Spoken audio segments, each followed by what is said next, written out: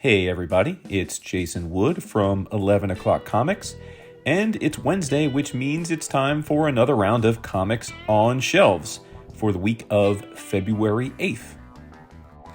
Full disclosure, this isn't the most robust of weeks. I would say overall the slate of new books is on the smaller side, but as always, there's plenty of stuff that should get you excited to pick up. We started Boom Studios this week with Harrower, number 1 of a 4-issue limited series. This is written by Justin Jordan of Legend of Luther Strode and Urban Animal fame, with art by Brom Revel. Now, I haven't seen Brom do comics in the last few years, at least that I've noticed, but he did some awesome work a few years before that, most notably on a series called Gorillas, so it'll be nice to see him back in comics. This is a horror book, as you might have guessed from the cover, set in a small town in New York where the titular Harrower has for centuries laid waste to people it deems as amoral. We head over to DC Comics for Static, Shadows of Dakota, number 1 of a 6-issue limited series, written by Vita Ayala with art by Nicholas Draper-Ivey. That's the same creative team that did the Static miniseries last year, and as you can see on the cover, they're billing this as Season 2. I've always been a massive fan of the Milestone universe, and Virgil in particular. He's always been a favorite, so I'm excited to dive back into this world. I think Ayala and Draper-Ivey did a terrific job last year, and very much looking forward to seeing what they've got in store for us in 2023. Just as I called your attention excitedly to the first issue of this series, I am bringing it back up for issue number 2. That is Spy Superb, number 2 of a 3-issue series. Recall, this is a extra-sized book. Each issue is 48 pages, so when it's all said and done, it'll be like a 6-issue typical miniseries. This is written and drawn by Matt Kindt and is the first book in his new Flux House imprint over at Dark Horse, and his wife Charlene colors the book as usual. As we mentioned in the first issue call-out, this book revolves around a guy named Jay who is the perfect spy. A spy so perfect he doesn't even realize he is a spy. When most of you hear the name Paul Levitz, you understandably think of DC Comics. He is one of the Mount Rushmore of important figures in the seminal moments of DC's superhero universe unfolding.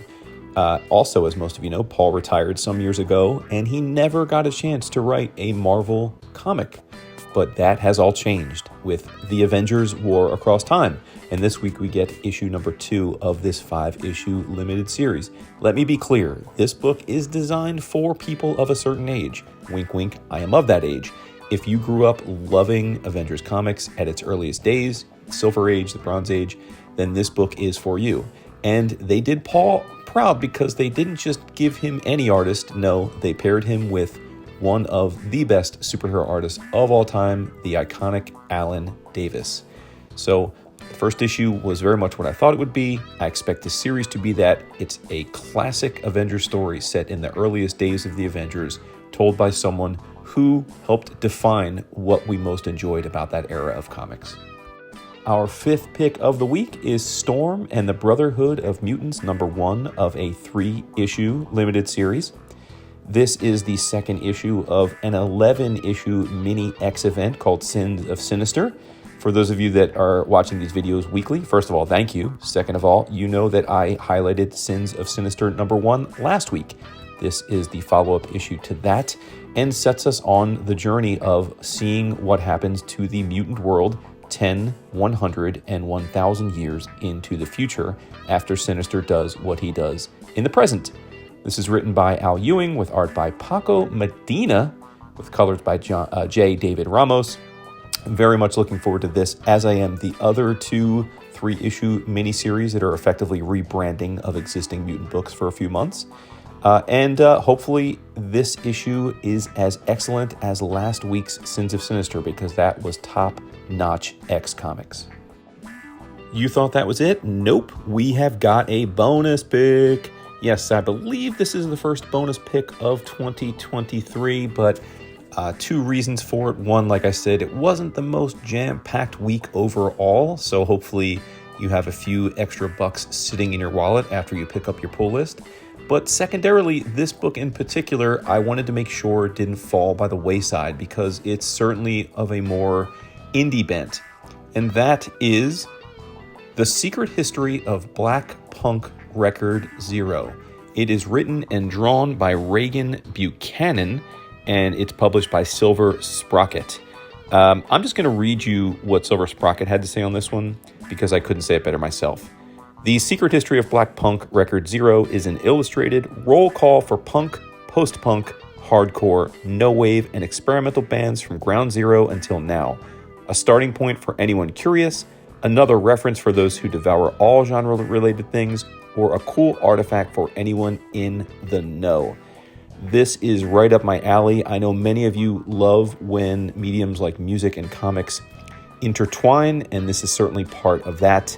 I can't wait to dig into this over the weekend when I have some time for it, and I hope some of you picked this up but maybe weren't aware of it until you watch this video. And that will do it for the week of February 8th.